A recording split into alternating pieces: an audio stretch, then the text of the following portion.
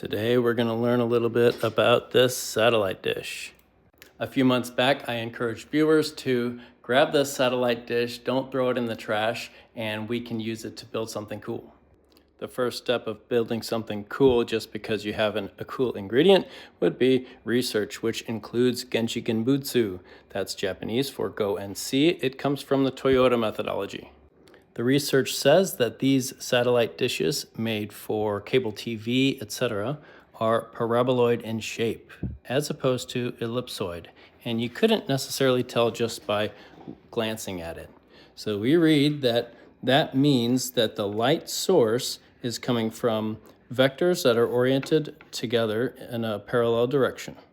This agrees with what I'm seeing here in reality because we know that these dishes are required to be pointed directly in a specific direction towards the source, which is in orbit.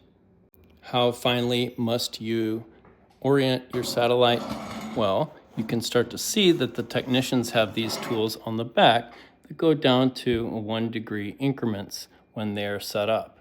I would assume that you can end up plus or minus 1 or 2 degrees in both axes. Please take note. The research and the reading is something that you can do without any parts at all.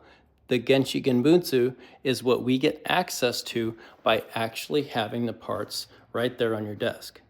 Next, and this connects to brainstorming what we can do with this thing, we can look at the material and the surface finish of this steel and find out that it can reflect light or sound or electromagnetic radiation.